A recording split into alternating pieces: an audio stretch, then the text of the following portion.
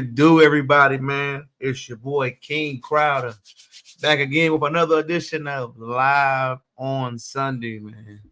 Today's Sunday wasn't that well, y'all. You know, them Eagles beat the Cowboys today. Had my jersey on. Wifey had a good plate made for me.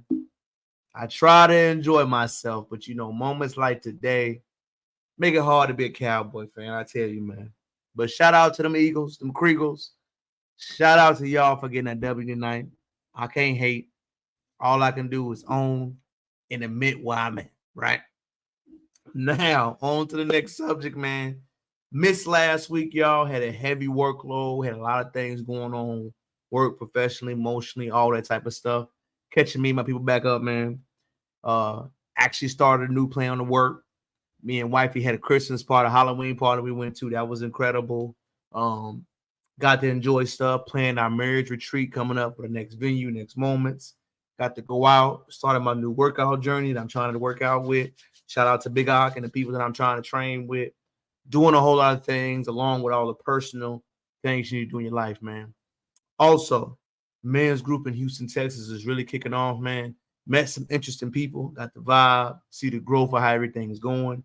So the biggest thing you got to learn when you're in this season in life, men and women, especially when you're newly married or whatever journey you at, balancing everything. Balance is really hard. Being a husband, being a friend, being a financial, trying to make more money, trying to do it all. It is hard. It ain't gonna never be perfect. But make sure you communicate, you talk to your people, and you still stay in the process of. So, you know, I love doing these live on Sundays. It's something dear to my heart that I want to try to do. Number one, because I love helping people.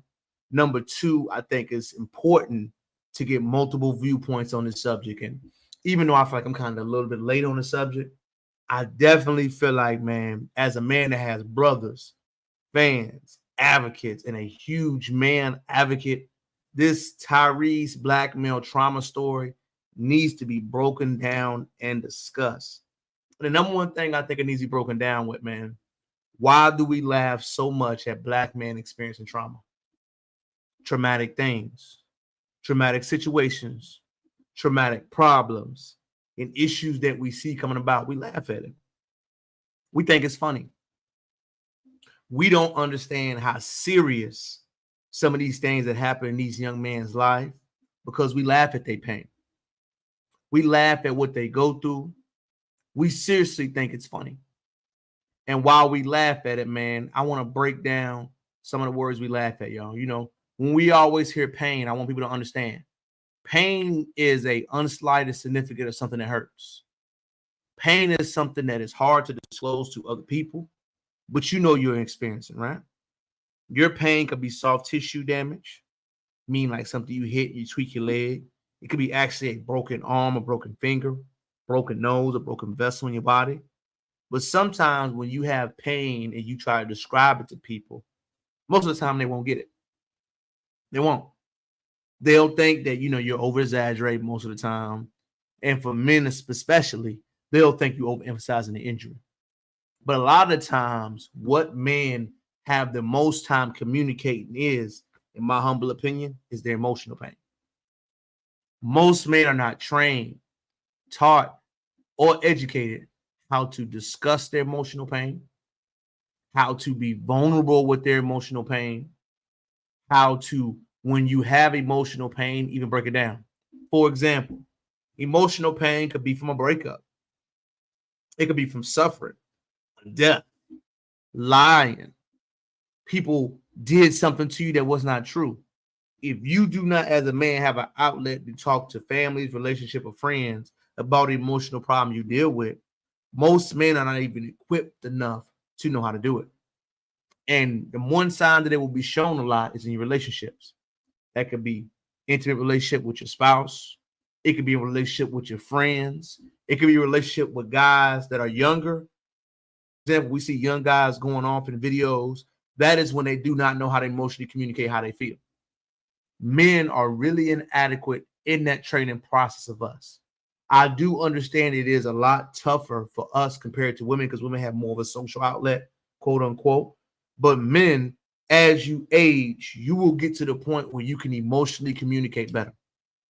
when you are vulnerable and honest with yourself and know that you're not the only one that has problems, you will seek out ways to emotionally communicate better. And it's not an overnight thing. It's a process. I would say for me, man, it really didn't hit hold to me until I went through a traumatic thing with a court custody battle, that I went through a court battle, that I went through something that was very traumatic with me, with life, with family, with all different type of things, where I had to learn how to emotionally communicate. I had to learn how to say, in this moment right now, I'm not all right. If you ask a man how they do it, generally they'll say good or I'm okay. And I know as a man and know how to connect with other men, that's a layered response. Now, I'm not saying you need to go ahead and complain to other guys. No.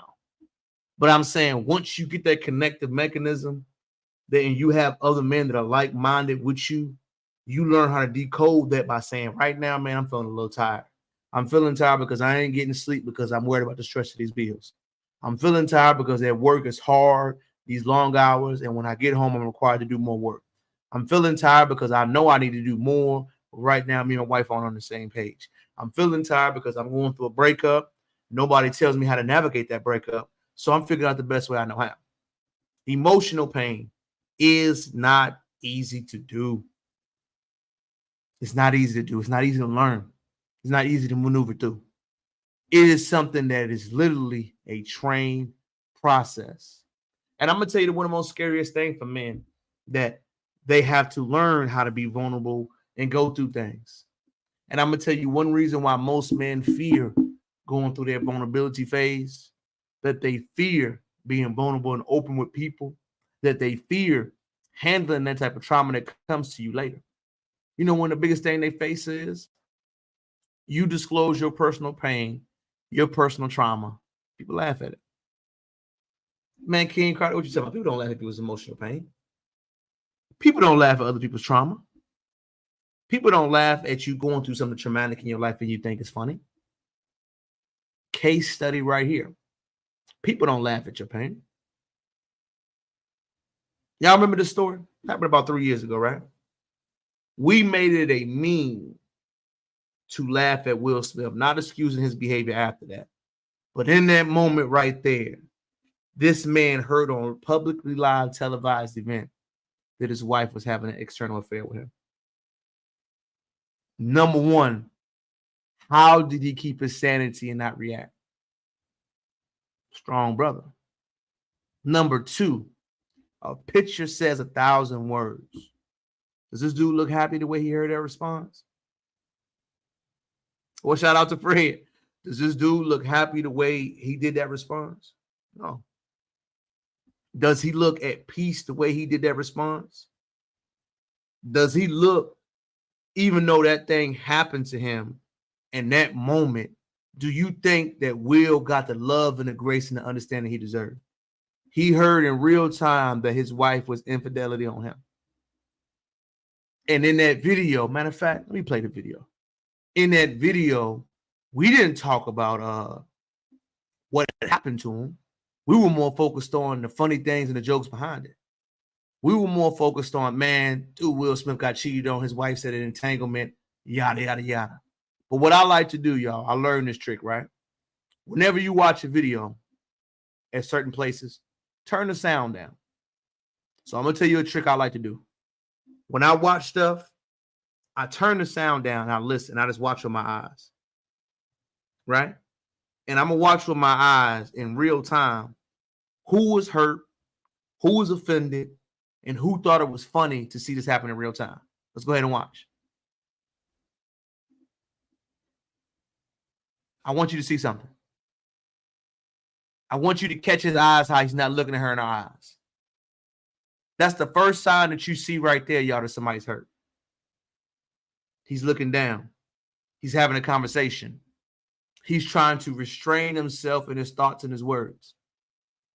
In real time, you see this gentleman going through something emotional in his life. He don't know how to process it. Let's keep going. Look at his body language. He hears something distraught in his eyes. He has to look down to gather his thoughts because he's hearing something that's embarrassing. But he don't know how to process it. He sees photos. He sees situation. Look at his hands. He's trying to smile and laugh it off. But in real time, his brother's hurt, man. Look at his eyes. You could tell he loves and invests in her. This is after the incident, right? But I want you to pay attention to Will Smith's body language. If this is not the height of a brother that's going through an emotional moment that is very uncomfortable, I don't know what is. Look at his eyes. Look at his hands. Look how she's speaking.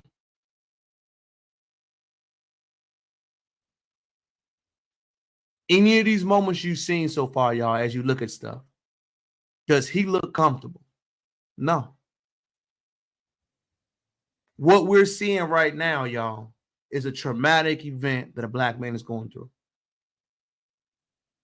You see the camera keep cutting back to him because it's awkwardly looking at Will. And when you see the impression of their relationship in real time, you can see Will is holding his hands. He's trying to reserve his comments. He's trying to process what he's hearing. He's trying to think like, this is my wife. I respect her. I know what kind of happened with her, but is this real? Does she love me? Does she care about me? Did she even think bringing me on here was a good look? Did she think telling me and the world about our marital problems was a good look? Does she care? As much as Will has been in moments, y'all, mind this brother's an iconic actor, man. Come on now. Hate on Will Smith, top 5 dead or alive. Come on. The brothers up there with Sidney Poitier, Denzel, all of them. Love, hate, have your feelings about him. That's where he's at.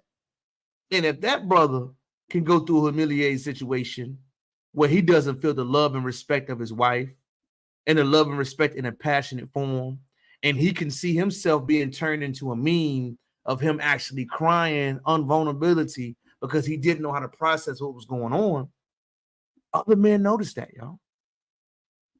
And when there is no shame to go around with them seeing how issues like this happen, there's no shame about it. I never thought Jada got criticized like she should have, man. That's her husband.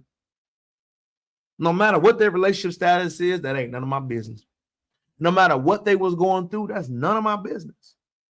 All I'm saying is that in real time, we saw a traumatic moment and it was celebrated. It was laughed at. It was jokes. It was laughing at a man that heard in real time that his wife cheated on him.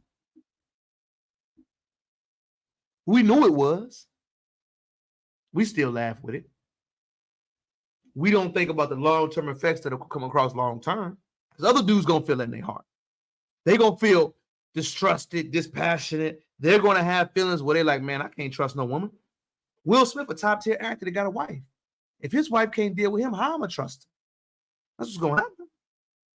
Long-term, we see the seeds being sown, how things are going to happen. That's what's going to happen as we go long-term.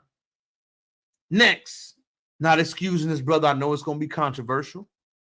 But we know this next gentleman grew up in a traumatic home, traumatic life experiences, and is not emotionally and mentally where he needed to be.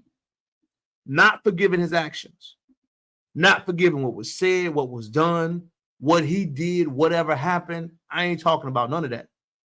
But if you watch this interview with Brother R. Kelly, you know his background. You know he was a victim of a victim. You know that he is not in the right mental space. You know that he wasn't getting the love or the respect he could have gotten.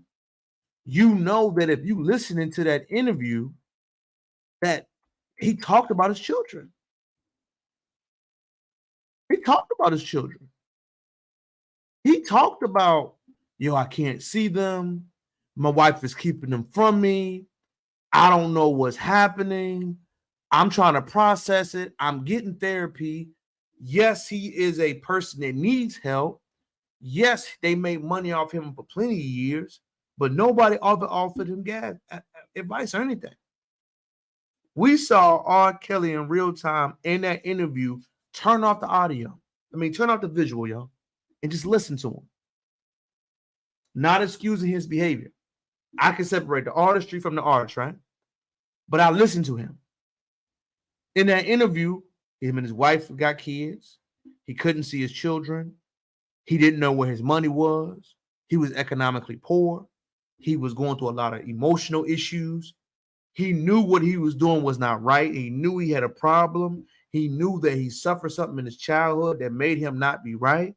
But at the same time, we got to know that Mr. Kelly was going through a traumatic situation. Forget everything about him, what he did, right? We know that this brother needs help. We know that. You know his upbringing. You know he had a situation when he was a child. We know he grew up in an improper household. We knew that he was a cash out. We knew he couldn't read or properly process things. We know all of this. We know on that interview, emotionally, he needs to learn how to handle himself better. We know that he's emotionally constipated. In that interview, the way he was expressing himself, the way he was talking, the way he was reacting, we know that Mr. Kelly needs some assistance that we can't personally do. I'm not a therapist. I'm not a psychologist. But I saw in 2 minutes from talking to that lady, he needs help. He does. He needs social, mental, psychological, everything that he can get thrown at him. He needs it. Because as a man dealing with something that the court crimes he was going through, as a man that was dealing with the emotional problems, he didn't have the support. People knew he had the money. They invested in him. They looked the other way because of that. We know he needs help. I kind of find it very interesting. Shout out to my wife. She always says this, right? When we see people of different ethnicities that have problems, let's use in person Jeffrey Dahmer. It's sympathy for them. They paint the story to tell why Jeffrey Dahmer was that way. When we talk about Robert, Mr. Kelly, we don't talk about why he is this way. Yes, he did horrible things, but why is he that way? It's never told from that perspective, like he's just a horrible person. Yes, he has horrible ways. But as you hear his upbringing, what he went through, what he was talking about at the age of 5 years old, him being assaulted as a child, you understand. Oh, not saying he deserves to be forgiven from that, but man, his life was horrible. His life was not easy. Mr. Kelly needs some empathy. Not 100%. But man, from where he was to what he did to what he became, wow. He lived a life. From Chicago, Chicago's history about what was going on through the Great Migration, people moving there, not having jobs, Chicago citizens being oppressed, no housing, sort of just living in the projects, moving from these poor slave crop backgrounds, being from his ancestral lineages, mostly from Mississippi. Man, Mr. Kelly deserves some empathy, man. From a rose that grew from concrete, the prodigy, the man outside of the music definitely needs some emotional fortitude. He needs it. Next, a brother, man, that I personally think right now is being railroaded. What do I mean by this gentleman right here? Number one, in this country, I thought you were innocent until proven guilty. Now, in certain countries, if you're Islamic-led, if you're a religious-based institution, you are guilty until proven innocent. Mr. Majors right now is still being blackballed. And we know with evidence, with information, that the woman lied. We know that the woman lied on him saying she did something that did not happen. We know that he is going through a traumatic thing, his weight loss, his change in look, him not speaking. We know in real time Mr. Majors is going through a traumatic incident. He's losing sponsorship. He's losing support. He's losing money. He's losing empathy. Mr. Majors is going through and facing this right now as we're speaking. We don't have any proof. We don't have any justification. All we know is right now, this brother is experiencing publicity trauma as we speak. He's experiencing trauma from situations that's out of his controls based off a situation that went left.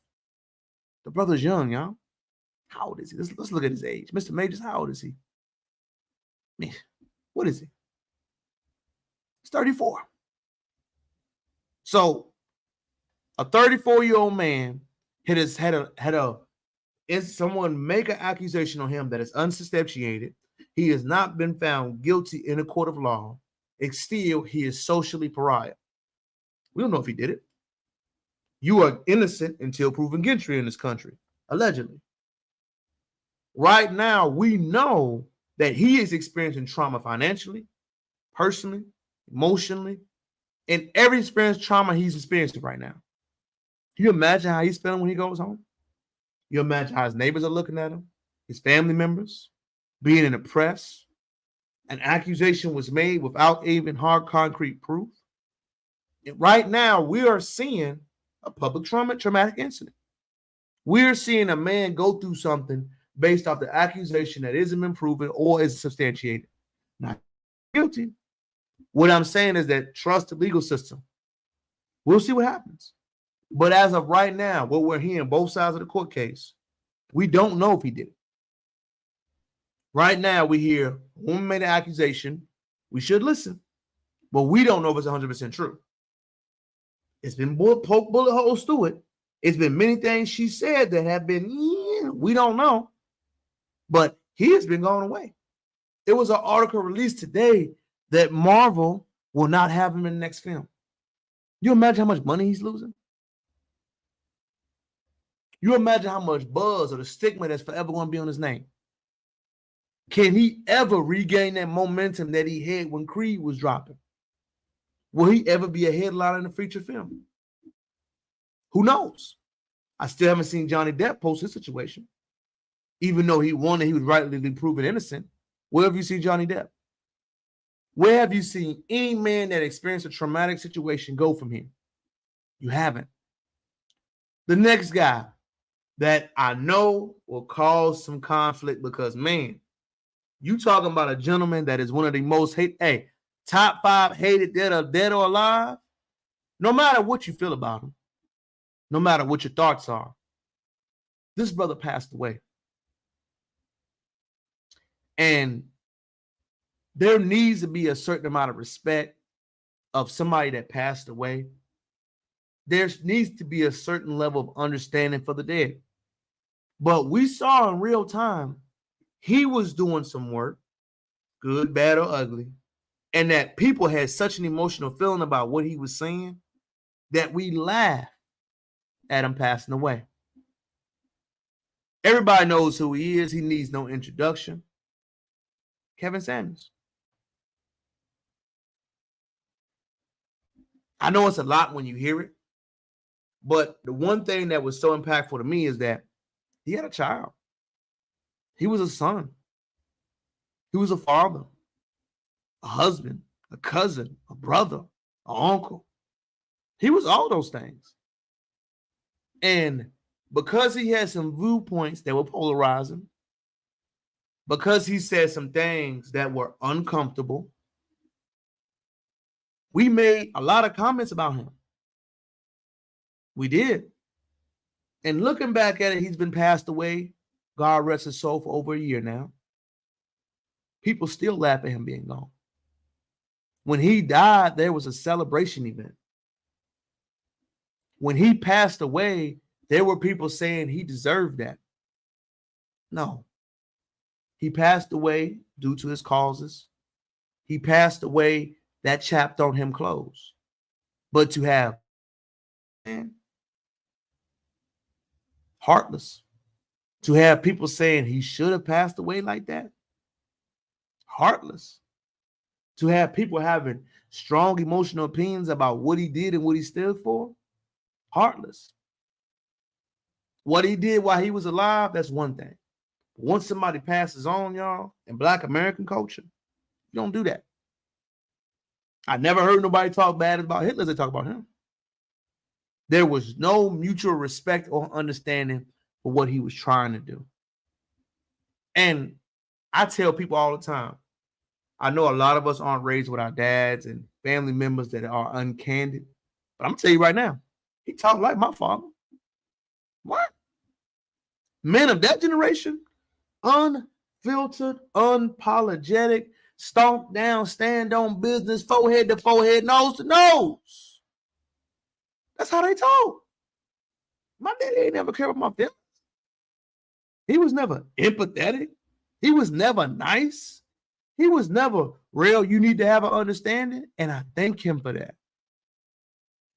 Because you're never going to have the understanding ever in life that your parents going to give you. I love to ask people this question, y'all, because I'm a very transparent guy. Who loves you the most? Somebody that lied to you, somebody that tell you the truth. Who loves you? Not relationship. People you meet. Who loves you the most? Your friends that lie to you and don't tell you what's up, or those who tell you the truth? Those who tell you the truth. So let's follow that law of logic. If people that love you the most tell you the truth, why wouldn't somebody that's telling you the truth get them out of love?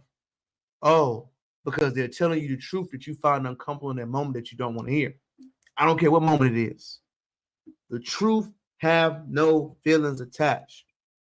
And when the truth is being told, no matter how you interpret it, how you feeling about it, you can't do nothing but respect it. I didn't say love it. I didn't say go after it. I didn't say embrace it fully, but you cannot do anything but respect it. That's all I was being told, ladies and gentlemen, was the truth. And the truth that he was saying in the words that are honest, speaking about the real life we live in, got him laughed at when he passed away. Got him laughed at by people saying it was funny that he died.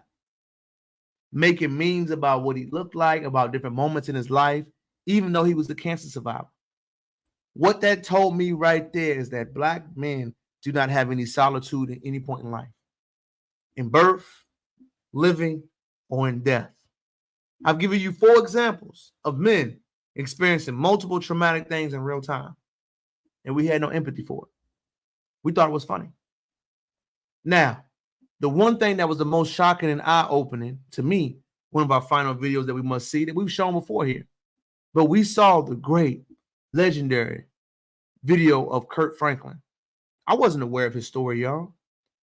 I wasn't aware of what he had to go through, but let's show a little bit of the clips of this video about what he had to deal with his mama and how she tried to manipulate him. For what God had in store.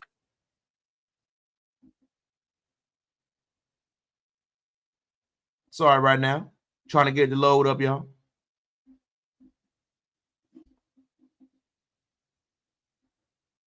Let me restart it. Let me see if we can reshape it, get it going.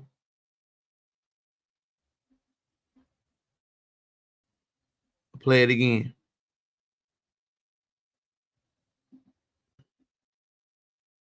All right, we're gonna play it.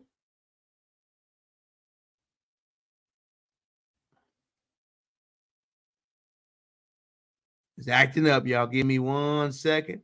So this video right here is going to break down what Kirk was going through, y'all. But nothing could prepare me for what God had in store for me in 2023.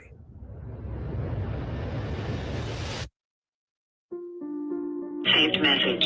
If you would like to talk to me about the rumor that is floating around out there, call back. Just remember. It was a rumor going around Kirk Franklin because he was an adopted child, about him potentially finding out who his father was. This video is showing that Black man experiencing trauma through childhood, how it was laughed at and embraced. We already showed a video about R. Kelly going through in his adolescent years. We're talking about Kirk Franklin going through it when he was about to be born, through his inception. We're talking about Jonathan Majors going through it during the height of his career. And we showed an example about Kevin Samuels going through it through death. Let's keep going. as I told you once, I will not lie to you about anything. End of message. Delete. Resave. Mr. Rick, on his own, he gets a DNA test, swabs himself, gives those swabs to my good childhood friend Melody, and says, hey, everybody's running their mouth. If Kirk wants to know if there's any truth to this or any possibility, he can take these swabs and do whatever he wants to do. Because Mr. I want you to think about how unprotected as a man you got to feel right now. To have a man that you don't know, that could possibly be your father, doing this for a DNA test to a 50-year-old man. Now, remember, y'all, when somebody goes through a traumatic incident, shout out to my wife again, it does not happen at that age. You have to address them at the age the traumatic incident happened. So, mind you, this is 50-year-old Kurt we're visually seeing, but we're focusing on 7, 6, 5-year-old Kurt and his problem that he went to and how he's trying to handle it. Rick doesn't know. He's just responding to the rumors. And we probable paternity 99.99999%. Percent what? Yes, he's your father. Half a century old Kurt finds out who his father is through a cell phone call by a man that lived miles from him, and his mother never told him. That trauma hit so deep, y'all. I don't even know how you process that. I'm gonna just let the video keep going a little bit more because I believe it's more important.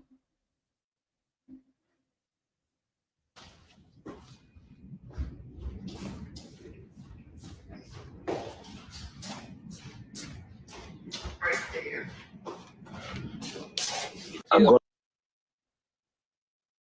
You see him pacing back and forth. I don't know how he's breathing. I don't know how you hear that information with your children present and you don't break down. That's a strong brother, man. R. Kelly, Will, and our main focus piece of Tyrese, incredibly strong emotional brothers. I could not imagine hearing that and working the next day. A 7-year-old Kurt we see walking back and forth. Remember, we see 50-year-old Kurt in body, but that 7-year-old, 5-year-old emotional Kurt processing who his daddy is. Let's keep going. Want to text you? Enter. I want you to pay attention to his hands, how nervous he is. Mind you, he's a 50-something-year-old man. But that's not a 50-year-old man's movement you see. What you see is a child that is nervous to go to his daddy's house because he's never been there before. What you see is honest, raw, authentic emotions about you going over to your father's house and you wondering, Daddy, why didn't you never see me? As a person that has siblings of outside children, to use my dad, he had outside babies, right? As I like to call them. And I remember moments where my dad would want all of us to be around each other as much as he could because he never got the love from his father because his mother was a certain way. And my dad wanted to keep us all raised and concisely together. And I never understood why my dad was so big on that. But as I see videos like this, it relates back to me during our childhood when I see those moments. It relates to me like, dang, this is why my dad fought so hard to never have this happen. This is why you see so many people that have children, they say try to have about one woman. Get it. Goes full circle. Let's keep going. I'm Rick Hubbard. Hey, my name's Kirk. You know, I see.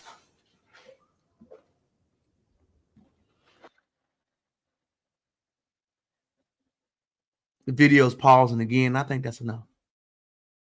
But what I'm showing right now, y'all, is that I'm not a battle of the wars, battle of what we think is protecting or this. But I want you to see right now how many black men, from children to adolescence, to the height of your career, to on the downside of their career, to after death, that experience trauma and other men get to see. And when other men see those traumas and see those situations, I want you to understand men are description visual people. We look at what you did, we see your results, and we try to mimic that.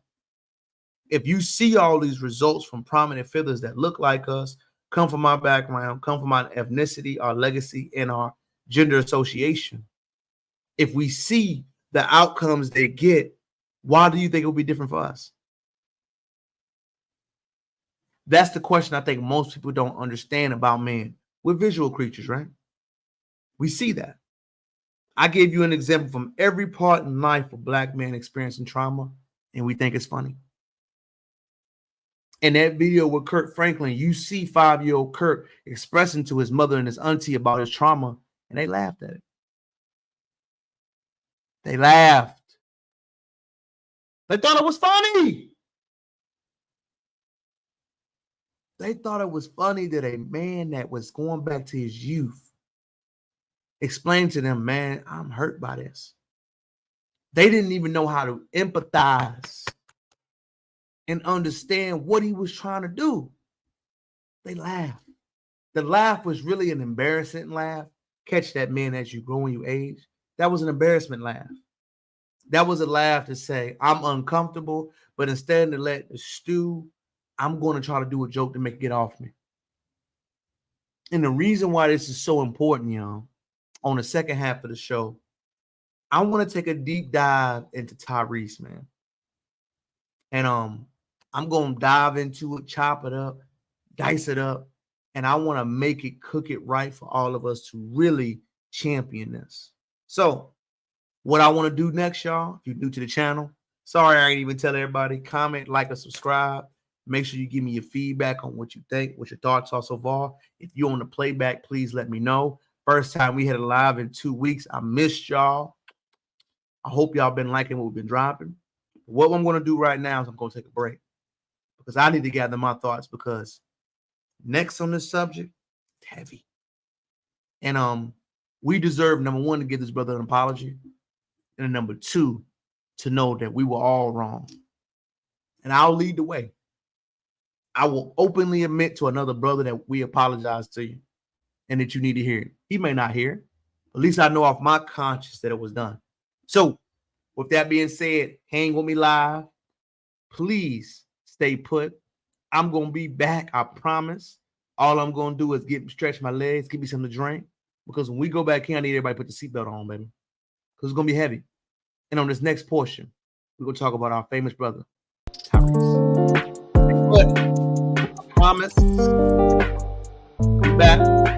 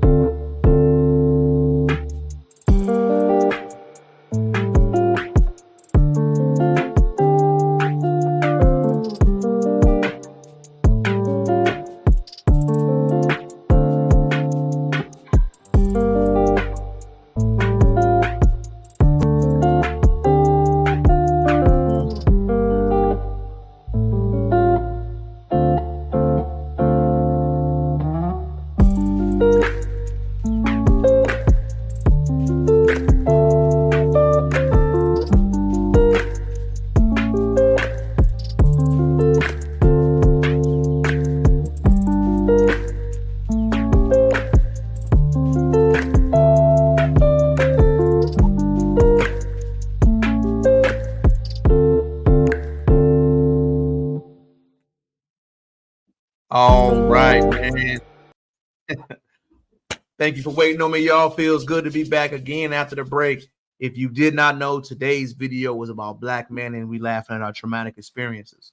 Most brothers do not have the vulnerability capacity to speak about what they go through an emotional sense. I'm not speaking for all of us brothers, but I do have a hand and I do have a lot of clout because I am a man's man. I love us. I love our background. I love what we go through, and I understand that all of us are on different points in our lives. As a male advocate, as somebody that champions us, that represents us, that represents all Black men that go through things in life, I'm for us, man. So I do believe that when we have people that are for us, advocate for us, understand what we go through, we need to be able to speak about things that average brothers can't do. And right now, the traumatic things that we see happen on a daily basis, we don't talk about. And the main caption for this video right here, man, is about the great brother known as Tyrese. Tyrese from the West was going through a traumatic situation with his formerly ex-wife. And what we did not know at the time is that legendary meme of Tyrese crying and asking for his family back, we laughed at it. We thought it was funny. We thought that Tyrese was going through something at the time, and nobody knew the depth of it. But when he's speaking on what happened to him, man, King Crowd, I want to publicly apologize to you, Tyrese, for sharing it, for liking it, for not asking more questions. I want me to know that, man, you deserve better than that, bro. You were going through a traumatic incident in your life that takes out many brothers, and the world thought it was funny. Your ex-wife was heartless. Your ex-wife did you wrong, man. And for you, your child, and you to process that emotion and for you to even date again is amazing to me. If I went through what you went through, man, I don't know how I could want to date again. I have a sour taste in my mouth. I don't know. You are so much stronger. You are so wise. You are so intellectual. You are a brilliant brother. Anything that you drop, you release, I'm going to make sure me and my boys bump it, play it, go support it by the infinite degree. I'm not on your level, man, as far as intellectual capacity or pull or strength, but I'm going to use my gravitational pull with the reach that I have to make sure that we all support you, bro. Ain't nobody else got to say it, but I want to publicly apologize to you, Tyrese. I want to say, man, that I'm sorry.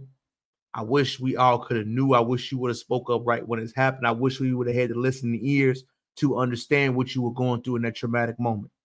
I want you to know that we can't take back our laughs, our jokes that people thought it was funny, but I want you to know that I'm sincerely empathetic and sorry to what happened to you, man.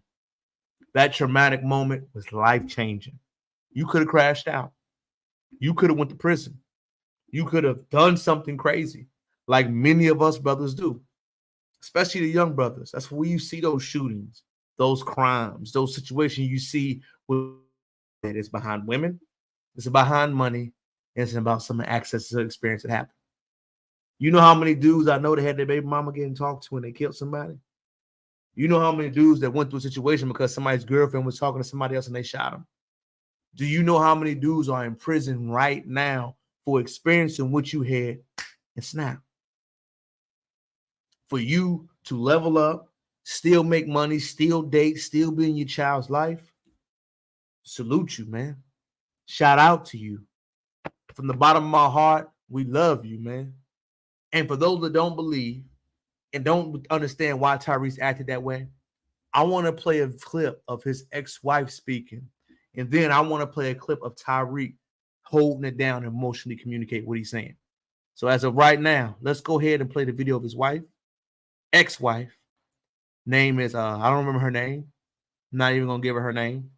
I'm just going to call the ex-wife of Tyrese. Let's watch the clip. The truth about the matter is that if I had different people in my ear at that time, I would not have made that decision. Look, man, I was. Wait a minute. I don't want to play Tyrese's part yet, y'all, because he killed it. But I want to play. I want you to know she's talking about different people in her life like she's not an adult. What do you mean you had different people in your life? What are you talking about? That's your husband. What? That's your husband. What more do you need? That was him. Y'all had children together. That's all it should have took. Before I get to Tyree's point, let's play her. Little less intensely as I should have. That's me looking back on it. Because I would never tell, I work with women. I would never tell a woman to walk through that in the same frame of mind I was in when I did it. I was very, very hurt. I was very angry. And I remember. So wait a minute. You was hurt, you was angry for leaving your husband because your homegirl told you to? What? You was hurt, you was angry because you made a choice to wreck your own home. You was hurt, you was angry because you chose to leave your husband instead of working to figure it out.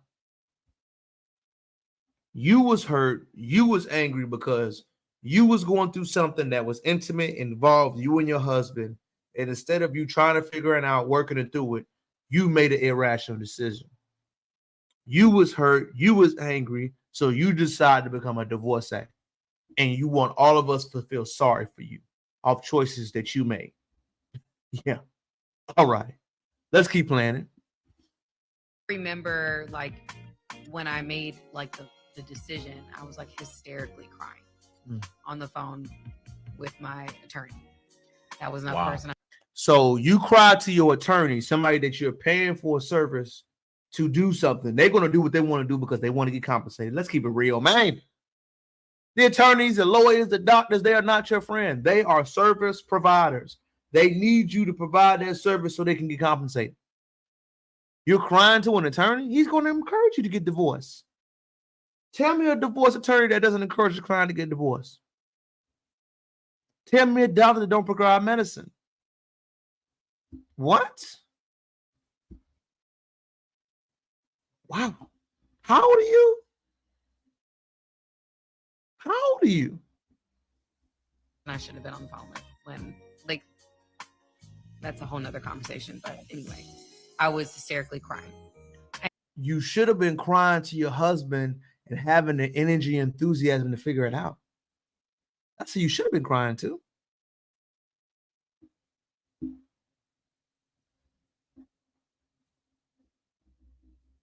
What am I missing? And I was not in any position to make that decision. I was extremely emotionally intoxicated. We can be intoxicated with our emotions. And I'm very much emotionally led. I feel very strong. I'm just that kind of person, very passionate. Well, guess what? I want everybody to know this, ladies and gentlemen. Your emotions lie to you. Never make a long-term decisions off your emotions. Feelings change, emotions change. They lie to you. They are not real. Never make emotional-based decisions on long-term results. Ever. You're saying, I made these emotional decisions and I was so brought up and I was so hurt. Ma'am, you can't make decisions to live that way. Look what it costs you. If you are that emotional, you need to unpack that in different ways. Speaking with somebody, go seeing someone, seeking help, seeking hurt. You must do that. Because that's not normal for a woman your age. You're not a child. You're not a teenager. You are a married woman with a child. You should not even be speaking that way. Passionate. But I would never tell somebody to make that decision when they're that emotional. But you did. Of course, I wasn't talking to someone that genuinely would be for marriage. you know, or for reconciliation. And that's not no slight to my, you know, No, it's The attorney. current things. It's not, friends. yeah. Your attorney did his job. His job is to make money from people that get divorced. He did what he was supposed to do. Why would he talk to you if he was not trying to get you intended to get you divorced? What? I mean, are you? I'm flabbergasted. This has nothing, there's no slight to that. Not the friends, but I was on the phone with my attorney. And the brothers for not saying that. Why ain't nobody asking these questions? What? Y'all dudes should have been asking that, man. Attorney. Yeah. So it was something that was being said to me that hurt me at that time. And that, so at that time when I was on the phone and I made that decision, I was livid. And so if anything, if I could take anything from that and advise somebody else, because I don't want families to be torn apart. Yeah. Don't talk about what families need to be if you didn't do it. What are you talking about? You the fat trainer. You did it. Why are these dudes saying nothing, man? This is when you got dudes that don't keep it 100, that is what throws things off, man. If I would have heard this, I would have asked that. Like, what? Then why didn't you think that was a... It would be that if you're that hurt and you're like that emotional about... Go talk to your husband. If you're that hurt and you're that emotional, go talk to him. Sickness or poor, for better or worse, till death do you part. That is who you talk to.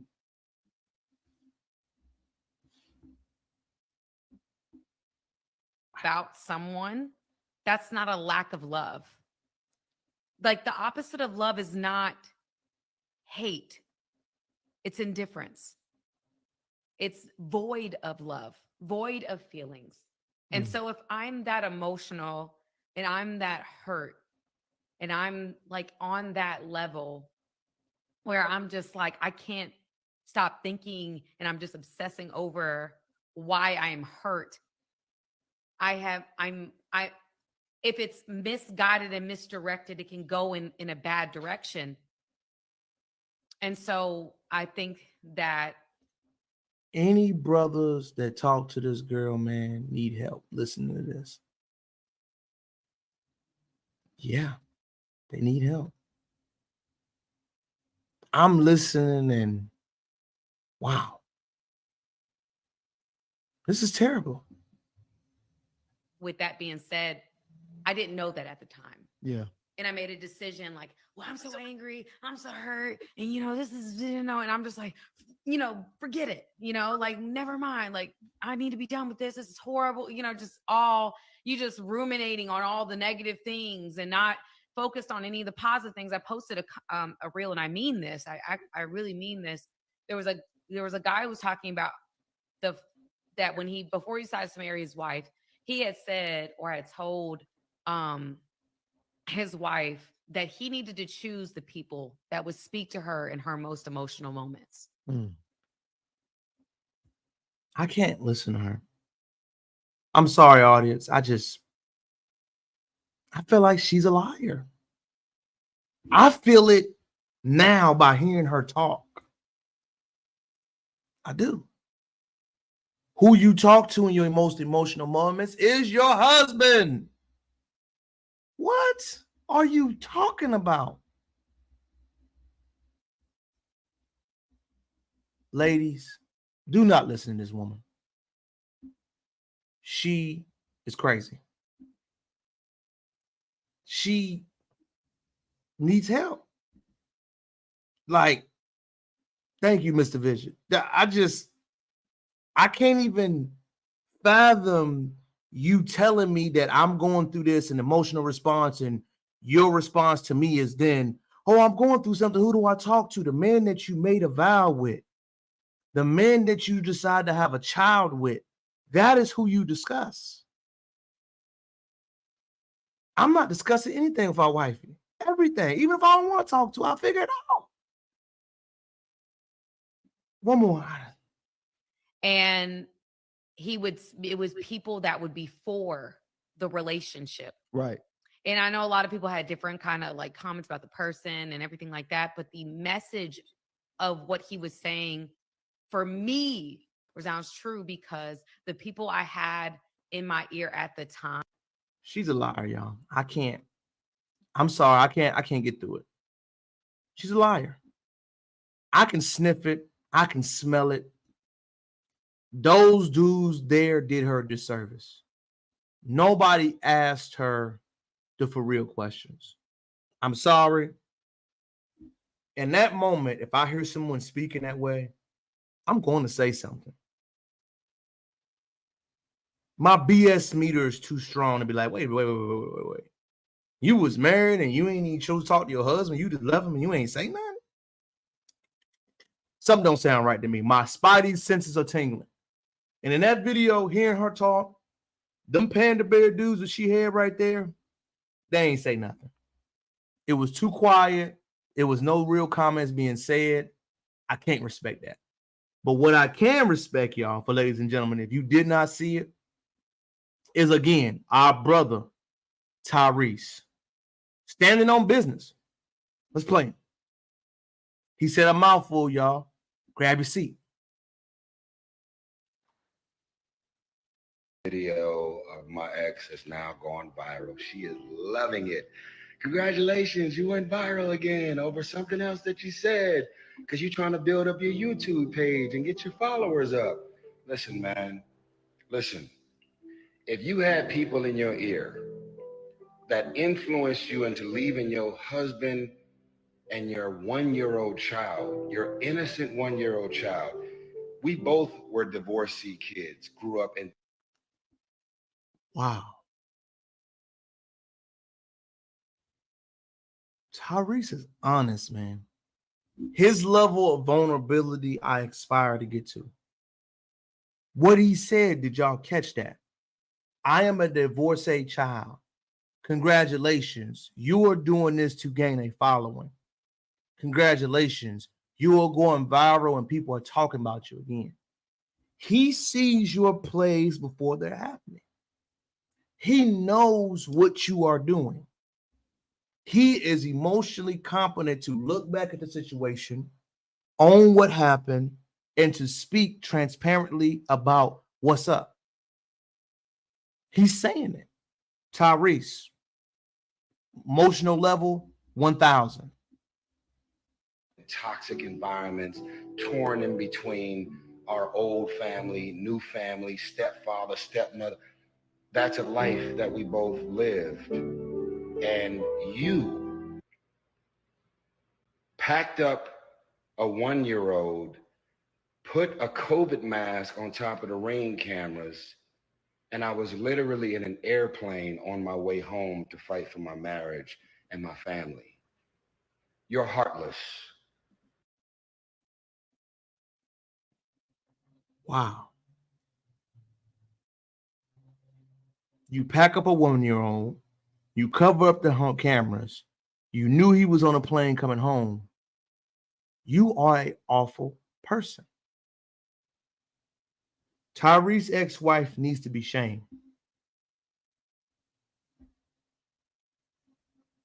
You're heartless. Again, we saw the meme. We thought it was funny.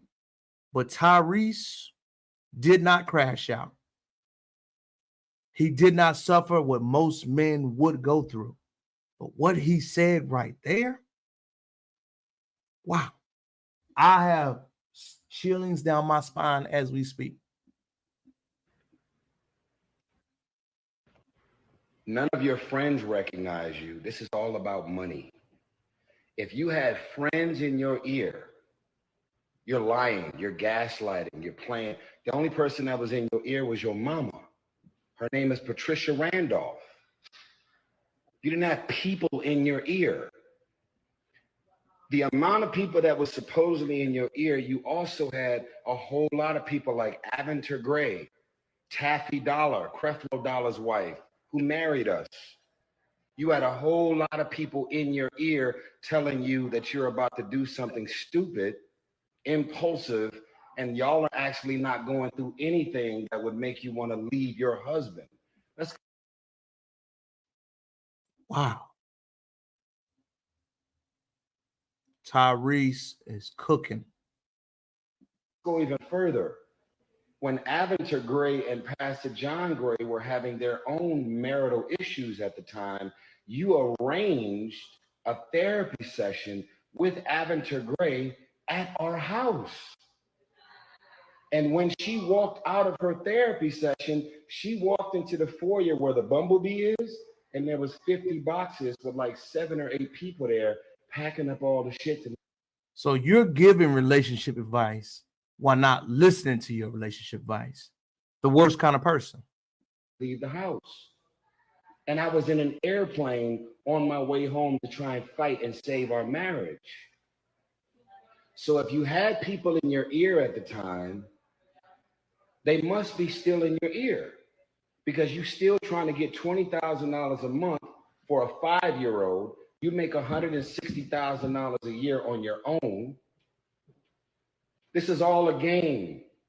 You're clout chasing. You're something that I don't even know. A simple woman, not into materialistic things, don't care about fame and mansions and popularity. You're everything that you told me and all of your friends and loved ones that you wasn't. If you wanted to be famous, boo-boo, that's all you had to say.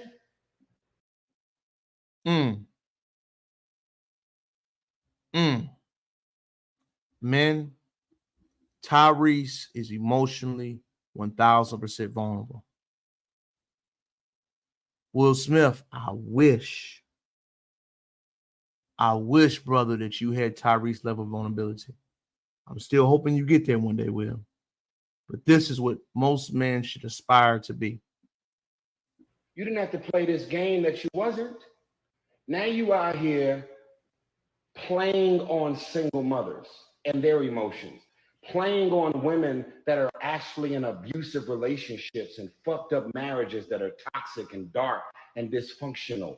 That's not what that was.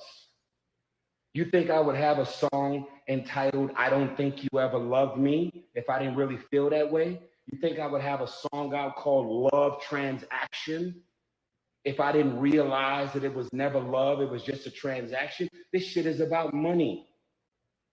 You've hired 3 law firms trying to fucking suck me dry. I'm approaching $1 million in legal fees, and we had a prenup. You already tried to ask me to come back. You already tried to reconcile. I told you I was in a relationship with Zelly, and I was not willing to go and break this off or cut this woman off because you decided to wake up on a Wednesday and come back and play in the sandbox. Everything about the way you left me was heartless. All men learn how to emotionally communicate from Tyrese. He's clear, he's concise, he's accurate, he's vulnerable, he's emotionally intelligent, he's being honest about his shortcomings and what he did. This right here is a masterclass. Watch it, learn it, earn it. This brother's going good. It was evil. You never considered me, your marriage, and let alone your innocent 1-year-old child. She had to celebrate her 2nd birthday apart. And if you really are really suddenly caring about the effects that you've had on me and your family, why don't you sit these fucking lawyers off of me? Call your lawyers right now and tell them that everything that you're still trying to get right now, you don't want it no more. $20,000 a month for a child? Our prenup says no alimony. Our prenup said everything that the prenup said. You're trying to crack the prenup. And it's been 3 years of it. I should have never hired a fucking attorney. I had a prenup. Everything that I was supposed to give you in the prenup, I gave it to you. You want more. And it's been 3 years. I've moved on. I'm with Zelly. You moved on. I don't even want to tell niggas the first nigga you started dating when we broke up, because you're going to go viral from that. If I were to tell niggas who you started dating as soon as we broke up, you would go viral from that. All you want is attention. You want Facebook followers. You want Instagram followers. You're trying to be a life coach, and you trying to get niggas to drink the Kool-Aid. You fucking with a real one right here.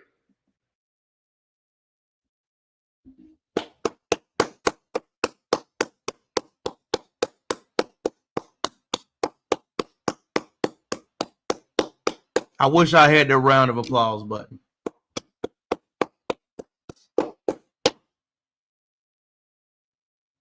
Wow. Men, brothers, learn how to emotionally communicate clearly, concisely, like Tyrese did. You must learn that what he said was accurate, man. What he said was honest. He was vulnerable. He spoke his truth. You're never going to get there overnight. I hope none of us have to go through a divorce. I hope our wives remain our wives. I hope your child and your family stay concise. But I want all men to watch this master class on what it takes to master your emotions. Because he experienced real trauma, y'all. Let's decompose what he said. Number one, the lady left him after she promised she was going to work with him while he was on an airplane coming home. She covered the Ring camera, had boxes in the house, and left like a thief in the night. That's when he recorded that video when he was so emotional when you saw that meme. When you saw that meme, you didn't realize that Tyrese came home and saw that his family just left and he had nothing to do. He didn't know what to do. So when he came in the house and saw that his house was completely empty, we didn't understand. We thinking he don't know what's going on, but really this brother was going through a traumatic situation. Imagine you coming home from work, ladies and gentlemen, and your wife just left without like a thief in the night and didn't say anything. You don't think you're supposed to cry on real TV? You don't think that you're supposed to cry and be vulnerable as Tyrese was in that moment? In the room in the house that he said, I want you to look at it. That is what happened. He came home from work, his child and his wife was gone, and she didn't say anything about it. He didn't know they were kidnapped. He didn't know they were gone. He just knew in that moment they left. We didn't know the full story. We thought it was funny. We had the meme about Tyrese going at the time. We didn't know that this brother was going through an extreme heartbreak that most guys crash out for. Remember those TV shows Snapped where dudes just kill their wife and kids? We saw real life Snapped on TV and we thought it was funny. We saw a brother that had every right to snap because what this woman did to him. But he tried to be therapeutic. He tried to be honest. He tried to be transparent, and it was flipped around because black men's trauma is laughed at. His traumatic experience was laughed at. It was laughed at because that woman he was dealing with was heartless. It was heartless. Leaving with your 1-year-old child, man, after you know he was coming home to fight for your family, because you were so emotional, that ain't no excuse. That's worse saying it out loud. I'm going to give y'all a theory right now. It's called the say it out loud theory. If I say something to you and I say it out loud and it sounds crazy, don't say it. I'm going to give you an example. I left my husband before I was mad. How does that sound? I don't work because I'm tired. Hey, I'm cool with not having money as long as my needs are met. We are the greatest, but I'm trying real hard. Say it out loud. Say it out loud to see if that process and that thought things you said made sense. I was emotional. I left my husband because I was emotional, and I talked to an attorney, a divorce attorney, who told me that I was making the best decision. Huh? You spoke with a person that job for a living was to make money off people getting divorced. You thought it was a good idea? You thought it was a good idea to get divorced because of a divorce attorney whose job it is to keep divorce rates high as told you to. You didn't have anybody else you could have talked to? You ain't have nobody else that would tell you, hey, love, right now, you got a baby. It ain't about you no more. That's the main problem. When you have children, it's not about you no more. When you have kids, your decision-making cannot be about your comfortability levels. Your decision-making has to be about the child. Shout out to Shahrazad Ali. It takes two people to raise the child. Most people are maintaining one. Not saying that you can't cooperate from things that are out your control. That's true. But most of us are maintaining a child. We're not raising one. Raising a child takes emotional time, mental time, spiritual connection, financial, socially. All of those things go into the component to making successful children. And for Tyrese to break down so many points about both of y'all being products of divorcee homes. You are the same product, but you haven't done the work that Tyrese had to know why it's so vulnerable for you not to repeat that mistake. You are masquerading as you believe in something different, but you don't. Your actions have shown and being displayed that you say that, but this man told you in real time, vulnerably, his sister passed away. He sees you going viral and he started the date after he gone. So you've shown through your behavior that you are not a good person. Forget wife, forget spouse. You are not a good person. You're not. For you to leave your husband based off something that could have been prevented, and you leave with your daughter like a thief in the night to have people record you and show you, and you think it's cool, you're a horrible person. Ain't nobody else gonna say it. I'm gonna say it. You are a horrible person. You don't deserve no love. You don't deserve no followers. And to be a coach, shout out to my wife again, y'all. I don't know what's up with women scamming each other. Women scam each other a lot. Because for that lady to say she's coaching anybody, what she did to her ex-husband, what? In the man world, you got to prove who you are. You got to show your worth. I can't just say I'm a dude that's a leader of men. I got to show it with my actions. I got to show it my results, my work, my effort, my speaking patterns, how I'm carrying myself.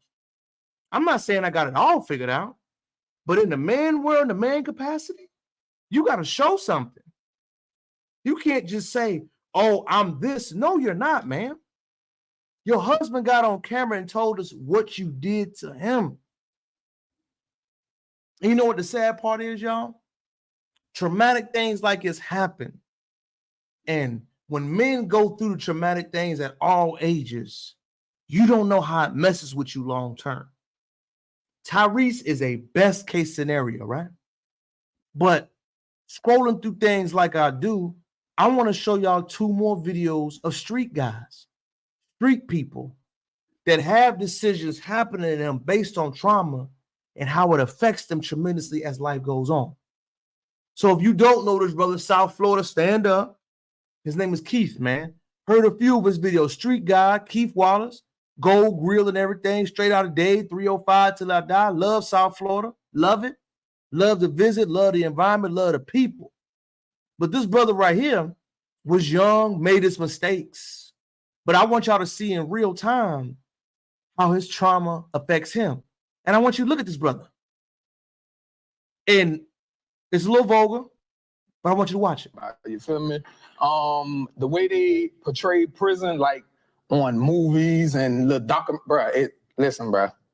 Nah, you know what I'm saying? And then my mom's, God bless the dead, you know what I'm saying? My mom's was like, baby, just don't mess with nobody and nobody ain't gonna do nothing to you.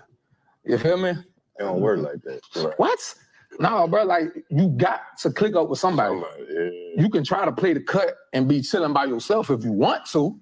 You feel me? But if your hands ain't on that level, that ain't happening. And you got to understand, man, like I was a kid, bro. You know what I'm saying? So here I am, 14, in a cell with dudes that's 27. You feel what I'm saying? Yeah. So It was a brother in that name. I don't want to say his name. Brother had 99 years, bro. Damn. You feel me? Like when they give you your like every month they give you like a paper and they have like your release date on it. So the brother release date was 9999. I mean, like he ain't never getting that. You feel what I'm saying? So they just damn. Bro, and here you go with 3 years sleeping next to somebody that ain't never getting that. You feel me? So when people be like, oh, they don't try you no sexual stuff and bro, all that's a lie. That's how I got stabbed. You feel me? Like when they came in my room, bro.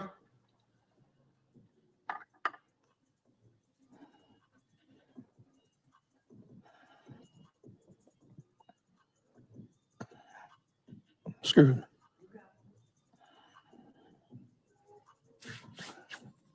But yeah, you know what I'm saying? So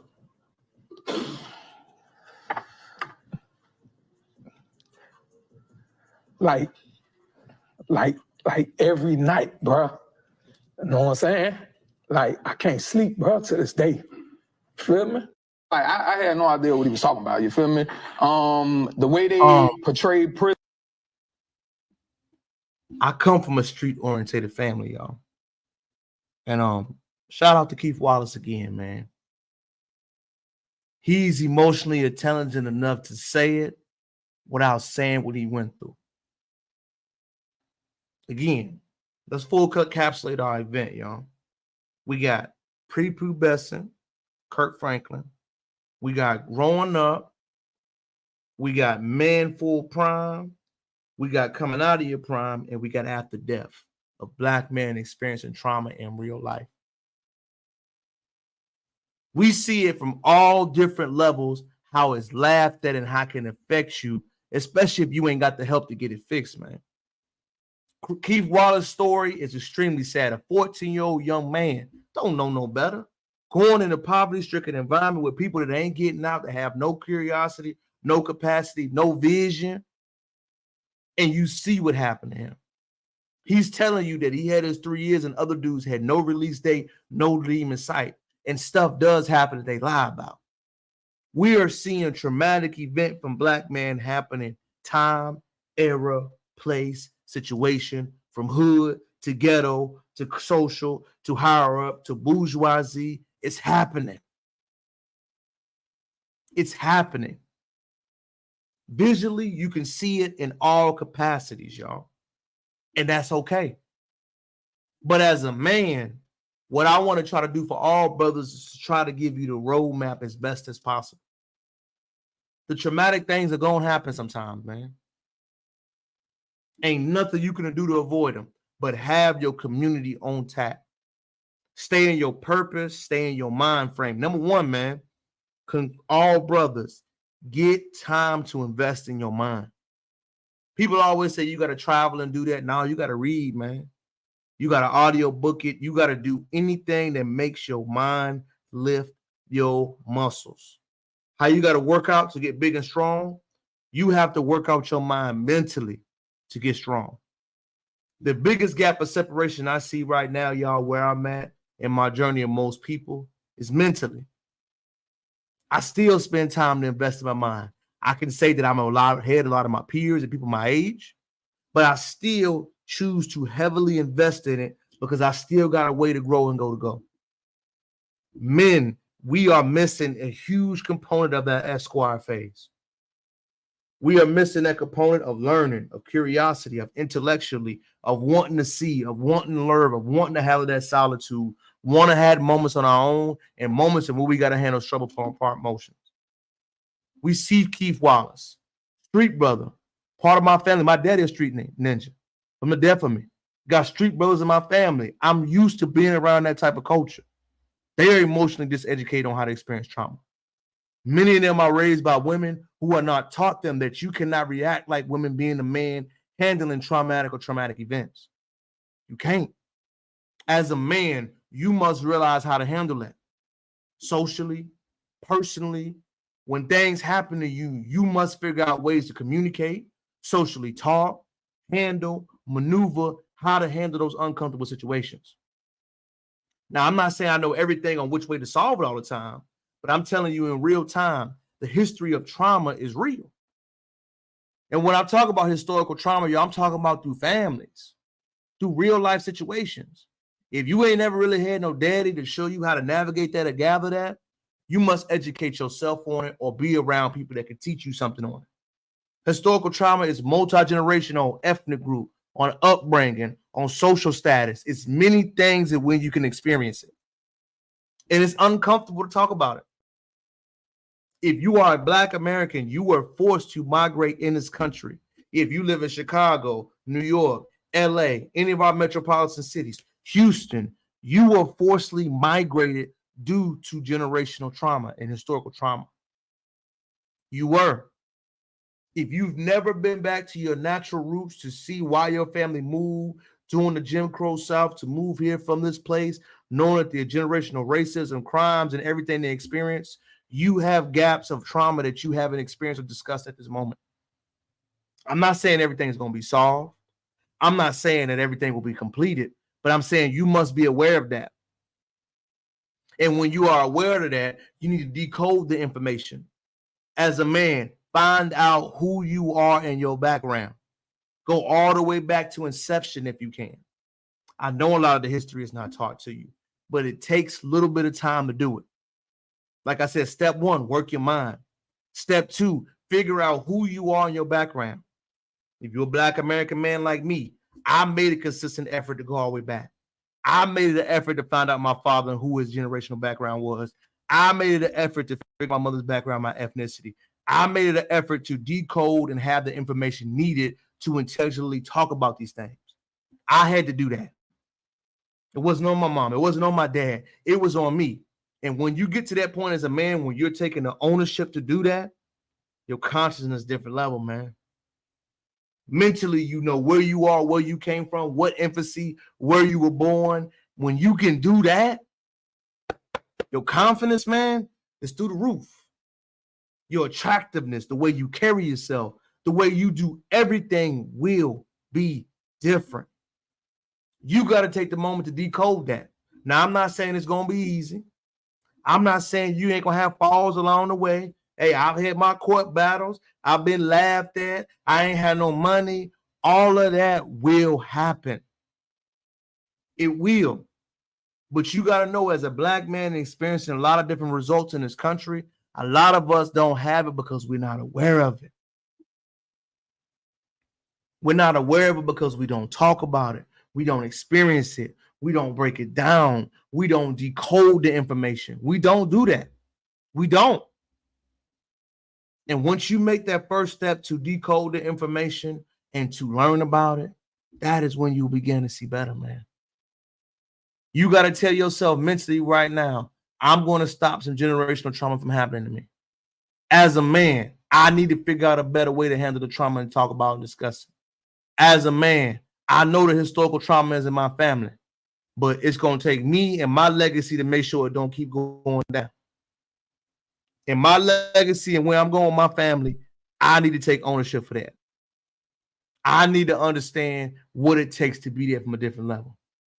I want to show you one more video before we go into our solution step for all men to master and understand what the trauma is and how to handle it. Again, man, y'all comment, like, subscribe to the channel. King Crowder coming back with that heat. You know I love y'all. So I got another one that I think is very important. Just tap in, tap in.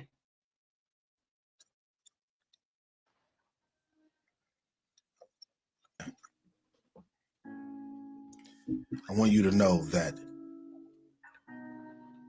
just because you had a bad deal as a parent, from parents, just because you had a rough childhood, doesn't mean your adulthood has to follow.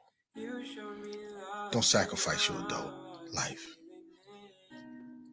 I want you to know that the people around you, if you focus and you pay attention, they love you. And they notice you. And they see you. And I know that sometimes our childhood trauma gives us the blueprint to destroy and self-sabotage the things around us. And it makes us think that love doesn't exist or it ain't real. But the people who stay and believe in you and support you, they there, man. Call them co-workers. call them friends, you call them wife, you call them girlfriends, you call them kids. And some of you are fathers, and you are way better father than what the one you had. And despite what anybody says, that child looks up to you, man, and they see dad. And yes, you may pick them up on the weekends, but they look forward to that weekend. And I know it hurts when you have to drop them off. But start there. Love there. And I know we live in a world that beats people down, and I know we live in a world that makes us feel a certain way, but that is not your reality. Better than that. Don't let your childhood trauma win, man. Don't make it force you to look at everything bad when there's so much good. I've been there. Don't make you hate everything that's good about you. Because there's some good stuff about you, man. But you gotta get up. Shout out to that brother, man. That was a beautiful message. I mean that, man. Iconic. What I want to say to most of my brothers, man, as we getting close to the end, man, you have multiple fathers that's going to come to in your life. I have spiritual fathers. My first physical dad. Shout out to my daddy, man. Love you dearly, Pop. Love you, Mama. My daddy, Herbert, my real biology, my real dad. But I've had spiritual fathers, Rodney. I've had gun fathers, Henry. I've had emotional fathers, different people in my life that have taught me different things. Now, I know it's kind of taboo in our time to say, man, it's like my dad, it's like a father to me. But any man, especially a black man that comes in my life, especially the older generation that gives me knowledge and information, I look at them as a dad figure. Malcolm X is my mental dad. Tariq Nasheed is my open awareness dad. Nipsey Hussle was my father dad as far as entrepreneurship. Each person you look at in your life is a symbolizer for fatherhood. I don't know why we're afraid to talk about it like that, but there are different fathers and different aspects to us. You're going to have multiple fathers in your life that give you information. Knowing who those fathers is makes you the man who you are. The fathers are going to invest in you in one way or not. Your dad can't teach you everything. He never will be able to. But once you have the fathers that can invest in you and you seek the fathers, that's when your life is going to change. Again, I've had different fathers for different points in my life that I've looked up to, invested in, and mentally tried to be alike. Find your tribe. Mine was Jim Rohn, Tariq, multiple people. My father, Rodney. It's multiple men I can name. Find out who is a fatherly influence to you. Don't be ashamed of it. It's your life. Learn how to handle it. Learn from them people. Build something in yourself. Add that to your repertoire. Add that to your game and make sure you master it the best way you can. Brothers, traumatic situations are unavoidable. The best way to get past it, invest in your mind, invest in your emotional tolerance so you can build up your equity to handle it. It's not going to happen overnight. There is no one catch-all solution. There is no easy way it fixes it. It's not true. It takes sweat equity. It takes time. It takes hard work. But I want you to see from those examples that we gave in our study, from infancy to adolescence, to prime of the career, to career going down until after death. We all are going to have different levels of trauma. We all are going to have historical trauma that as men we don't discuss. But it is your job to discuss it. It is your job not to transfer it. It is your job to vulnerably communicate with it. It is your job to make sure that it does not transfer on past you and your generation. My generation of Crowders, it never moved away. Our small town. Some of us have our issues, alcoholism, drugism in our family. I do none of the above for that point reason. I'm scared of it. A healthy sense of fear, of reverence, of respect. I know that that is in my lineage, so I don't do it. I know that my family of Crowders cannot handle certain booze or alcohol. There's nothing wrong with that. I know we can't. So now that I know that we can't, I know that I can't, and I'm not qualified to do it. You must make those adjustments with yourself and with your family as you grow. You know what you can do. Learn from it, grow from it, and make sure you do not repeat those same steps. Again, let's go over them again, y'all. Find your fathers, spiritual, emotional, mental, financial, intellectual. Find your fathers. Learn from your fathers. Grow from your fathers. Your relationship with spirituality, your connections. Learn from everybody you can.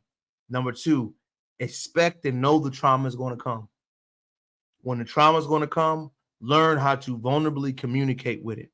Not crash out, not snap and kill somebody. Learn how to vulnerably communicate what happened to you so it does not happen again. Number 3, grow from it. When you make sure you grow from it, don't mind getting on platforms, i.e. YouTube, King Crowder, talking about your losses. Talk about them, own it, discuss it. It is nothing wrong with knowing that you took a loss.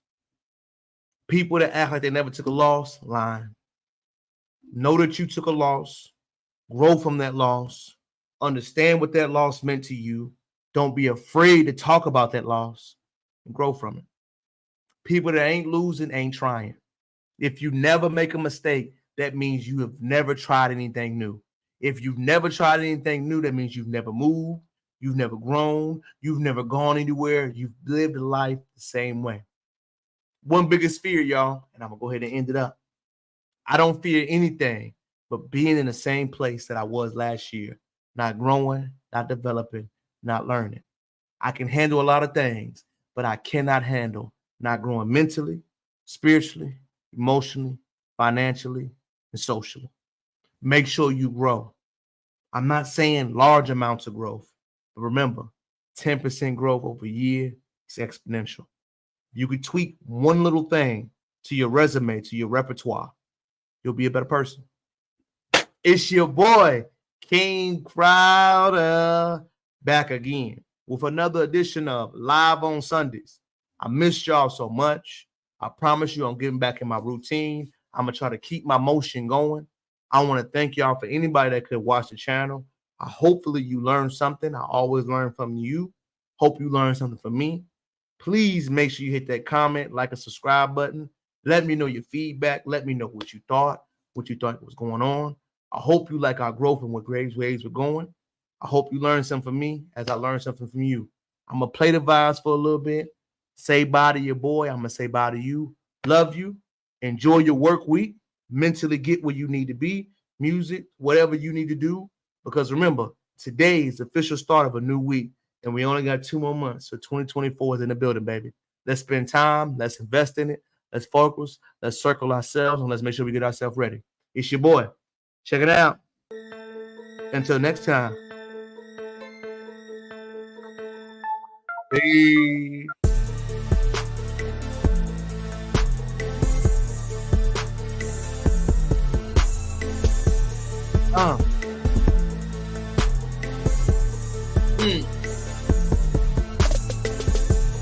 Mm.